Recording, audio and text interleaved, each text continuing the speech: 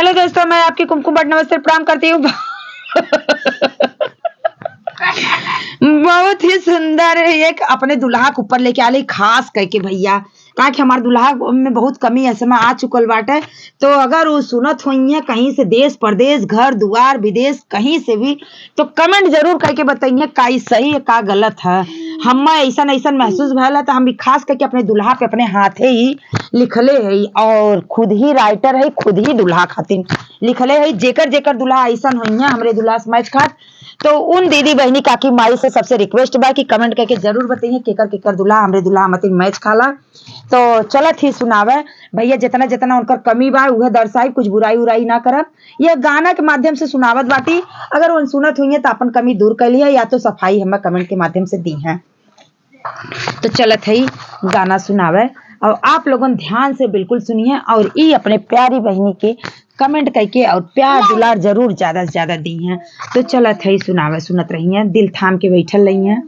और ये हमरे बगले सखी हैं, नहीं से कुल बयान अपन करत बाटी अपने दुल्हा का कुल बुराई। कोई हमरा भी बुराई करे लगी, कोई अपने दुल्हा तो कहियो तो ही बुराई वाली मिल जालो, तो ही तोहरा बुराई दर्शक लोग से करीला।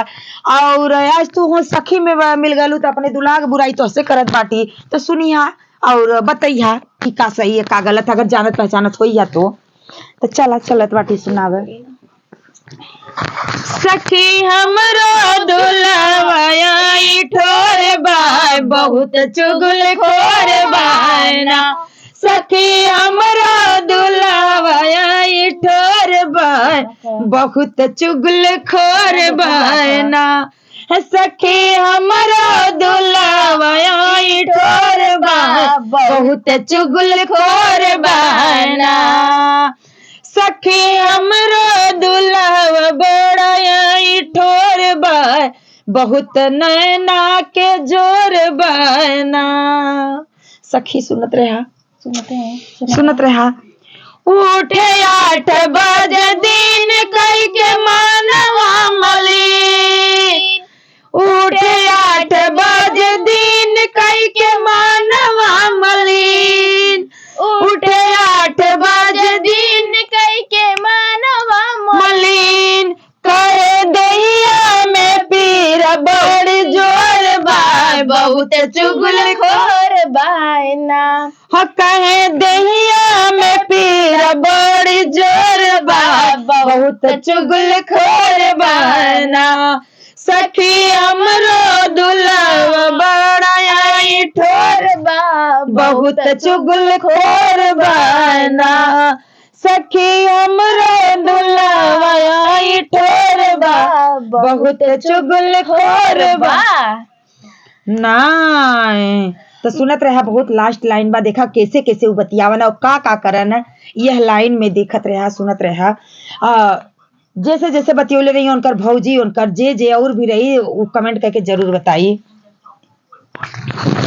तो सुना, बात करे अपने भौजी राय अपने मान मौजी, बात करे अपने भौजी राय अपने मान मौजी, राय अपने मान मौजी, राय अपने मान मौजी।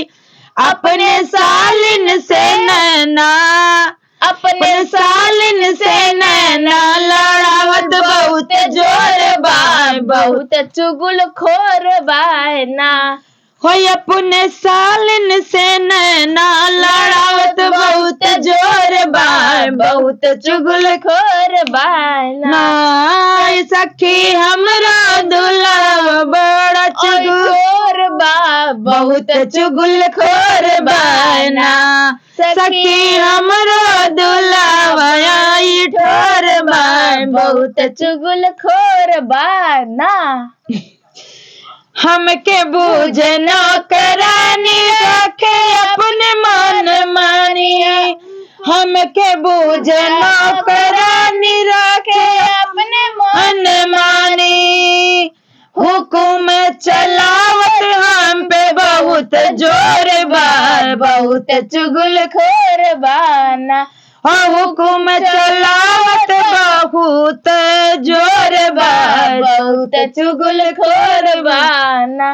सखी हमरो दुल्हवा ठोर बा बहुत चुगलखोर बाना सखी हमरो दुल्हवा ठोर बा बहुत चुगलखोर बाना सखी अमरो दुल्हवा ठोर बा बहुत चुगलखोर बाना।